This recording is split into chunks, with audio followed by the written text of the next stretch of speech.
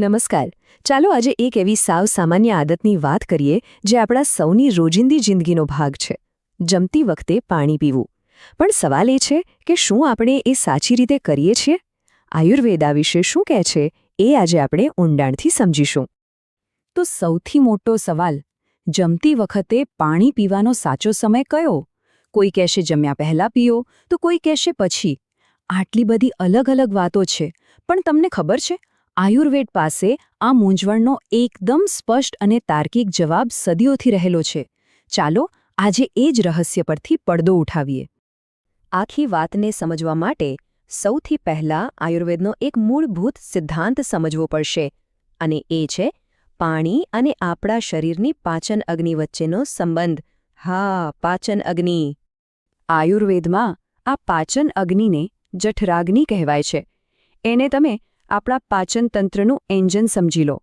જેમ ચૂલા પરની આગ રસોઈ પકવે, બસ એ જ રીતે આ જઠરાગ્નિ આપણા ખાધેલા ખોરાકને પચાવીને એમાંથી શરીર માટે જરૂરી ઊર્જા બનાવે છે. એટલે સીધી વાત છે કે આ જઠરાગ્નિ કેટલી પ્રબળ છે તેના પર જ આપણા પાચનનું સ્વાસ્થ્ય અને આખા શરીરનું સંતુલન ટકેલું છે. જો આ અગ્નિ બરાબર બળતી રહે તો પાચન એકદમ સરસ થાય, પણ જો એ મંદ પડી જાય ને તો સમજો કે સ્વાસ્થ્યની સમસ્યાઓ શરૂ થઈ ગઈ. તો ચાલો સૌથી પહેલી સ્થિતિ જોઈએ, જમવાના બરાબર પહેલાં પાણી પીવું. આયુર્વેદ મુજબ આ સામાન્ય લાગતી આદતની આપણા શરીર પર શું અસર થતી હશે? જો જ્યારે જમવાના બરાબર પહેલાં જ પાણી પી લેવામાં આવે તો એ પાચન માટે તૈયાર થયેલી જઠરાગ્નિને મંદ પાડી દે છે, એને ઠંડી કરી દે છે. આનાથી શું થાય?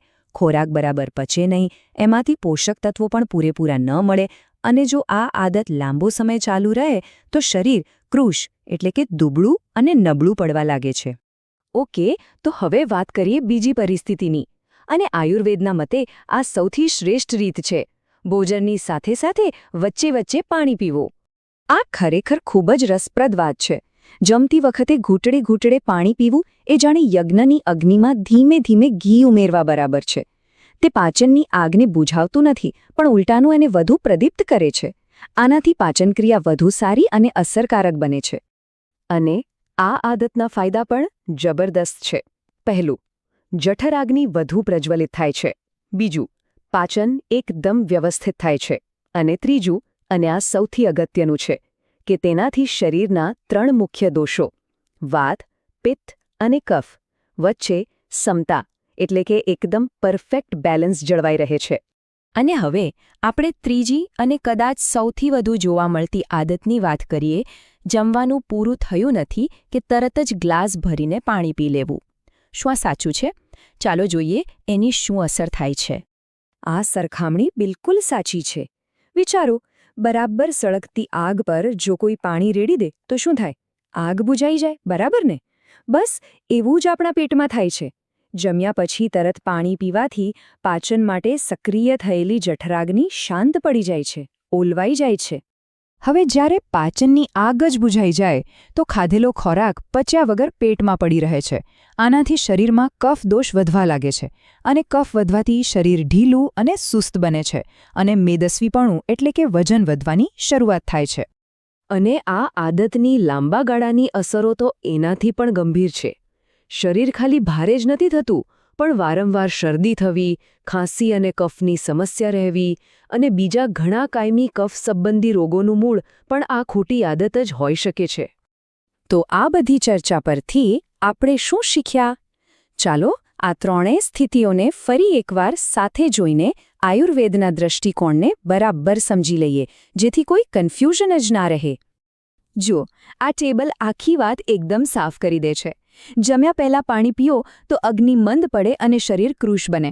જમ્યા પછી પીઓ તો અગ્નિ શાંત થઈ જાય અને શરીર જાડું બને. અને એટલે જ જમતી વખતે થોડું થોડું પાણી પીવાથી અગ્નિ પ્રદીપ્ત થાય છે અને શરીર સંતુલિત રહે છે.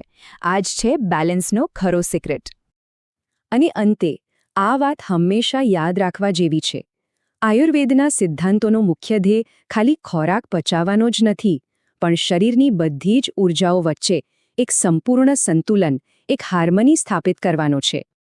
તો આ જ્ઞાનને ધ્યાનમાં રાખીને હવે આપણે સૌએ પોતાના શરીરના સંકેતોને સાંભળવાની કોશિશ કરવી જોઈએ. ધ્યાન આપવું જોઈએ કે અલગ અલગ સમયે પાણી પીવાથી શરીરને કેવું લાગે છે, કારણ કે આ સ્વજાગૃતિ જ સારા સ્વાસ્થ્ય તરફનું પહેલું અને સૌથી અગત્યનું પગલું છે.